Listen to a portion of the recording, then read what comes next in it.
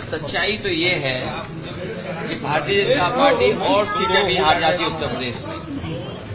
Bharatiya Janata party और भी सीटें हारती है उत्तर प्रदेश में। आप जब अयोध्या का नाम ले रहे हैं, अयोध्या की जनता का मैं धन्यवाद देता हूं। अयोध्या की जनता का दुख दर्द आपने भी समय समय पर देखा होगा।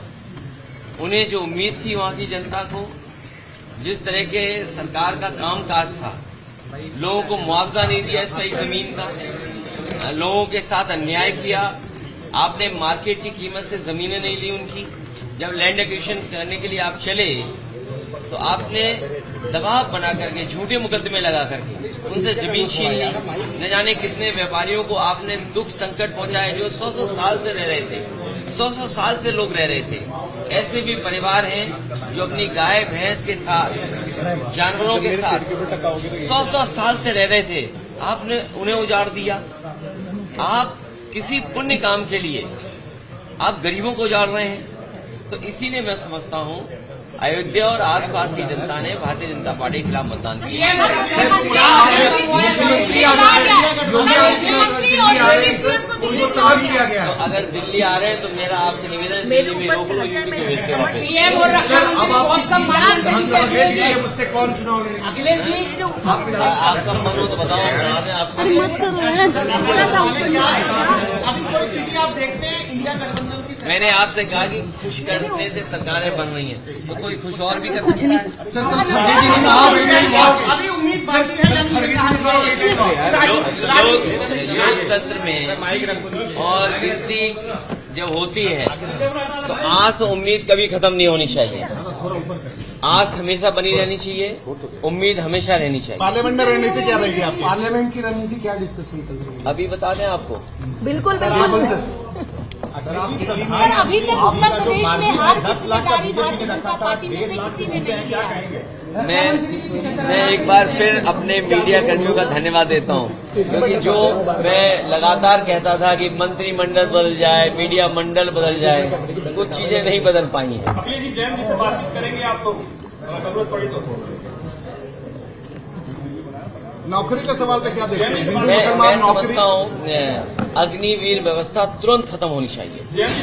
सरकार को स्वीकार करना चाहिए कि उनकी गलती है कि उन्हें अग्निवीर जैसी व्यवस्था नहीं लानी चाहिए। न केवल अग्निवीर व्यवस्था खत्म होनी चाहिए, बल्कि बहुत से नौजवान जिनको रोजगार नहीं मिल पाया, फौज में जाना चाहते थे, उन्हें उम्र की छूट भी देनी चाहिए। एनडीए सरकार बनाने में लगी है, शपथ 8 तारीख को हो जाएगी, 7 तारीख को राष्ट्रपति ने समय भी दिया। तो अच्छी बात है, वो तो गिनती है, गिनती जिसके पास होगी राष्ट्रपति उसी को शपथ पे बुलाएंगे, फिर गिनती बदल जाएगी, फिर कोई और शपथ देगा। ये क्या बात है? ये तो शपथ चलती रहती है।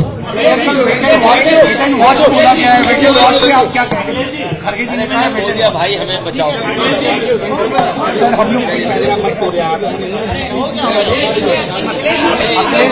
सर, वेटन वॉच पे क्या कहेंगे? सर, आपको पहले शुभकामनाएं। कन्नौज की सीट पे आप जीते हैं। मैं कन्नौज की जनता का बहुत धन्यवाद देता हूँ कि उन्होंने सकारात्मक राजनीति को दोबारा सकारात्मक राजनीति के पक्ष में मतदान किया। भाई रोक कर रखो भाई। और मैं नहीं कर रहा भाई। सबसे ज्यादा सीटें आपकी पार्टी को मिल पाई हैं उत्तर प्रदेश में इंडिया गठबंधन में, क्या कहता है? मैं जनता का धन्यवाद देता हूँ। सर, आगे क्या होगा? क्योंकि कल इंडिया ब्लॉक की अखिलेश जी कल इंडिया ब्लॉक की बड़ी बैठक हुई है, उसमें क्या कुछ फैसले हुए? अखिलेश जी, हमारे आपके लिए सब के लिए खुशी की बात होती है, लेकिन कुछ चीजों पे बस किसी का नहीं चलता है।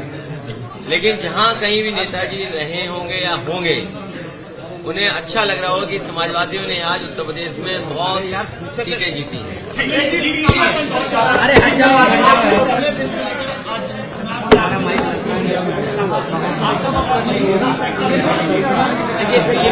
पीडीए की लड़ाई बड़ी और पीडीए के लिए लोगों को जागरूक करना, पीडीए आंदोलन के लोगों को जोड़ना, पीडीए के तमाम सवाल हैं उनका जवाब सरकार से मांगना।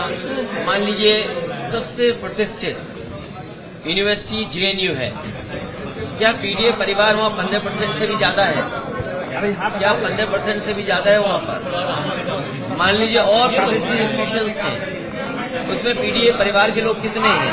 तो पीडीए की जीत जरूर हुई आज यूपी में, लेकिन पीडीए को लेकर के लड़ाई जो लड़ी जा रही है वो लंबी लड़ाई है। जो बाबा साहब भीमराव अम्बेडकर जी लड़ते थे, डॉक्टर राममनोहन लोहिया जी ने जो अपने जीवन भर लड़ने का काम किया, नेताजी ने रास्ता हम लोग को दिखाया है, उस रास्ते में लगातार हम लोग चलेंगे।